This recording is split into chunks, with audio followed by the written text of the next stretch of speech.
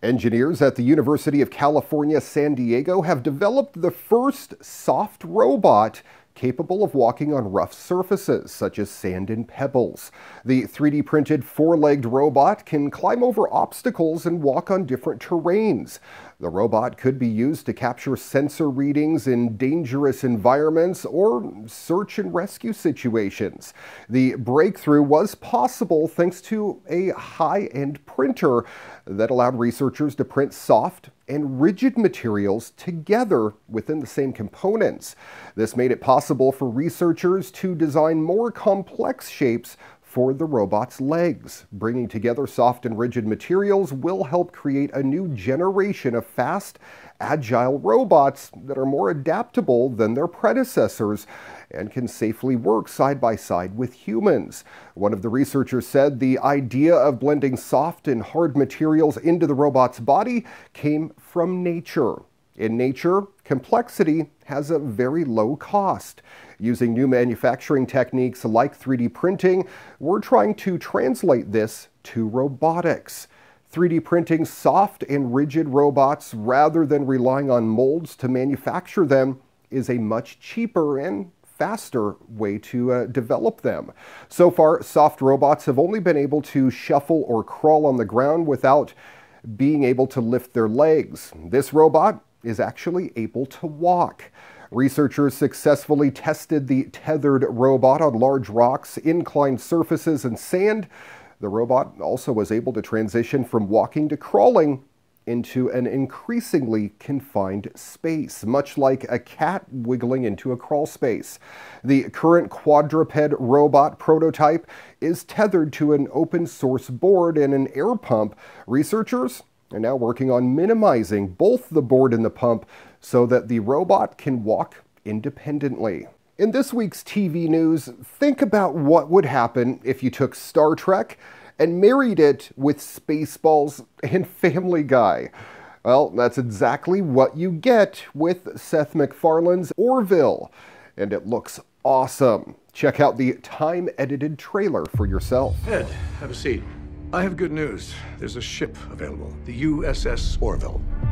Ever since I was a kid, I have wanted to serve on an exploratory vessel. You're nobody's first choice for this job, but we have 3,000 ships to staff, and we need captains. Can I have one of these mints? Those are marbles. We're giving you one last chance.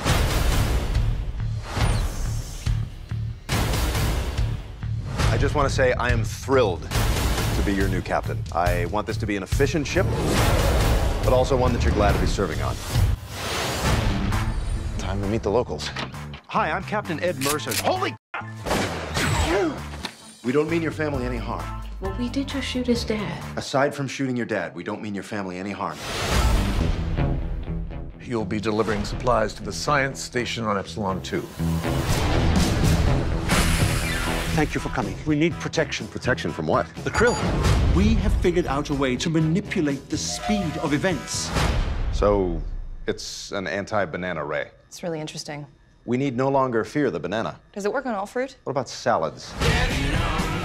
You do realize this could be used as a weapon. That's why you're here. Orders to Captain Mercer. Just detected a krill destroyer entering orbit. Door's jammed. Alara, you want to open this jar of pickles for me? I loosened it for you. Return fire! Give me the device, or I will destroy your ship.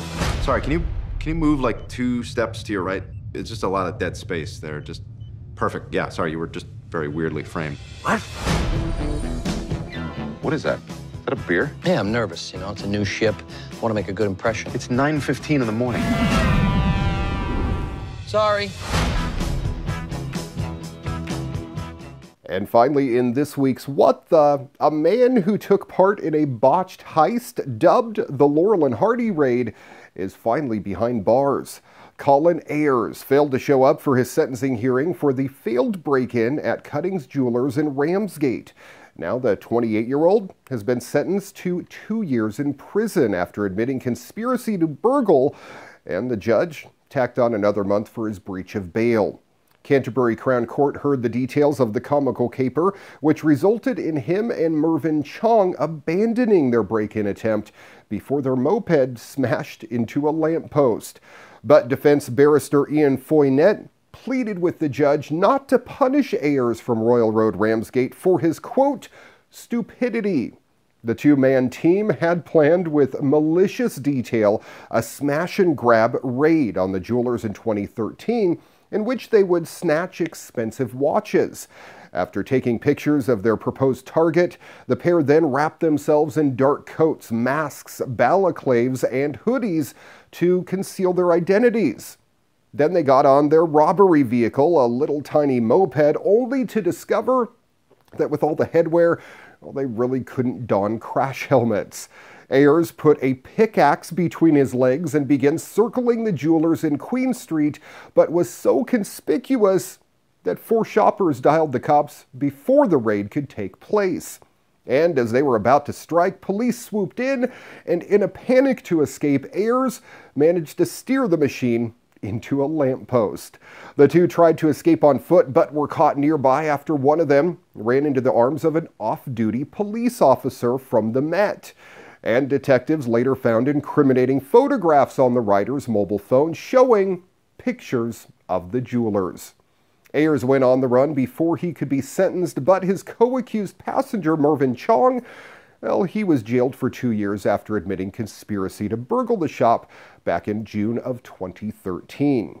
The father of 2, a former NatWest bank cashier, claimed he had just been recruited the day before. Prosecutor Claire Cooper said that passers-by saw the two on the moped at 9:30 a.m. with their heads and faces totally covered other than eye slits, riding past the jewelers with the pickaxe between the rider's legs. Judge Heather Norton told Ayers it was described by a barrister as one of the most inept raids ever, but people were still frightened. Thank you for watching your weekly tech update. If you have a story you think I should feature on the program, shoot me an email, djraymcneil@gmail.com. Till next time, I'm Ray McNeil. Good night, world.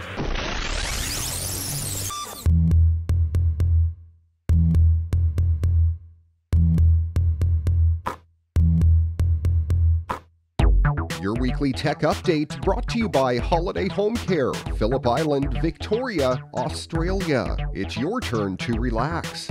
Before you get on holiday on the island, contact Holiday Home Care. We can set up your residence or holiday rental, do the shopping for you, provide linen and towels, and make sure it's all ready by the time you get here, giving you more time to enjoy what Phillip Island has to offer. For more information, visit holidayhomecarepi.com or email holidayhomecarepi@gmail.com.